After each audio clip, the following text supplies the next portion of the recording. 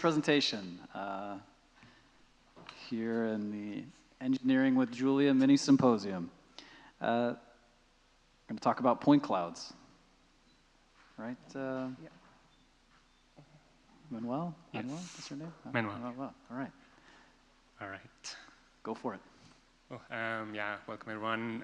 I'm Manuel. I'm a postdoc at Columbia University with Marco Giometto, and I'm presenting our work on point cloud processing, the package PointClouds.jl, for working with data from airborne lidar scans. So we're not primarily like a geospatial research group. We're working on atmospheric boundary layer turbulence. So that basically means the interaction of the lowest part of the atmosphere with the underlying planetary surface. But then if you want to simulate the wind flow in real urban environment, we need to have a representation of the underlying surface of the city, of the vegetation. And for that, we've been using lidar data, also because we want to be able to do these simulations for any city or rural location that we're interested in. And so we created this package that helps us find available point cloud data for any location, and then read that data and perform a number of processing steps to come up with the representation of the surface that we need for simulations, which in our case means like the terrain, the buildings, the vegetation density, and the surface roughness at the level of our computational grid. So first, for people who are not familiar with LiDAR data, so the idea of LiDAR is basically the same as with radar or sonar, except that you do it with light. And so for airborne LiDAR, you put a scanner and instrument on either a drone, helicopter, or an airplane, and you fly over the area you're interested in. And then the scanner, it shoots out laser pulses. The light travels to the surface, it hits the surface, gets reflected, and maybe even partially, and then you get multiple reflections from one pulse. And then using the speed of light and the position of the instrument and the orientation, you can reconstruct the points on the surface where the laser hit the surface. And then you get from one sweep, you get the signal like you can see in the middle, so a lot of points, some of them coming from the same laser pulse. And if you do this many, many times flying over an area, you get the representation like the one on the right, where you can see the buildings and vegetation, and you get a lot of this detailed information of the surface. And so in the last 20 years or so, several countries have started building out data sets that basically cover the whole country with a really high resolution. So this is usually around 10 points per square meter. So you really get the structure of the buildings and trees and a lot of the details. And they make this data available online for free.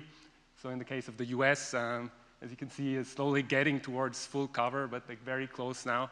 And some countries like France also are planning to have full cover in the next years. And in some countries like Netherlands and Switzerland, they already went through several iterations, and they have the fourth, fifth version of this national data set. And yeah, so you can get this data, and they're really cool data sets. I also want to advertise a bit this type of data. And so the first task that PointClouds performs is that it allows you to ask for, basically look for data sets for a specific location.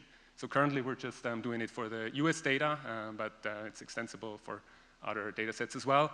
So for example, if we take the position of the building that we're currently in, we can put the coordinates, copy those, say give us the tiles. We see in this case we get 2 tiles from scans that are a couple of years apart, and if we load the data from one of the tiles, we get that data. It's 1.5 by 1.5 kilometer, and 17 million points, so about 8 points per square meter. And here that's the intensity of the return, so the strength of the reflection for this area. So yeah, so this allows you to get the data for any location where this data is available. And then, so this data, it's laser scan data. It's usually provided in this specialized file format called LAS, or a compressed version of the format LAZ. And so the next task then is to read this binary data and make all of the available elements of the data and attributes available in Julia. So if we load that same, basically if we ask for the LAS data for the same location, and the pictures are a bit zoomed in into this building, but we see we get some metadata for the whole tile. In particular, also the coordinate system that it's saved in, because like, different locations are using different coordinate systems. And then for each individual point, apart from the XYZ coordinates, you get some extra information, such as the intensity of the return signal, which return it was. So if you have like 3 returns from a single beam, like whether it was the first, second, third. Some classification if the producer of the data already has classified some points as ground or vegetation or something like that.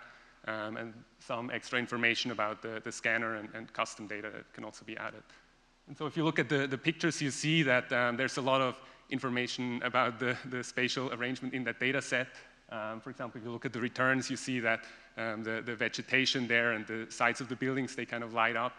And so if you want to extract information for your applications, you want to perform a series of processing steps, a bit like image processing, except that it's not on a regular pixel grid, to get the data for your specific application and your specific information that you want to know.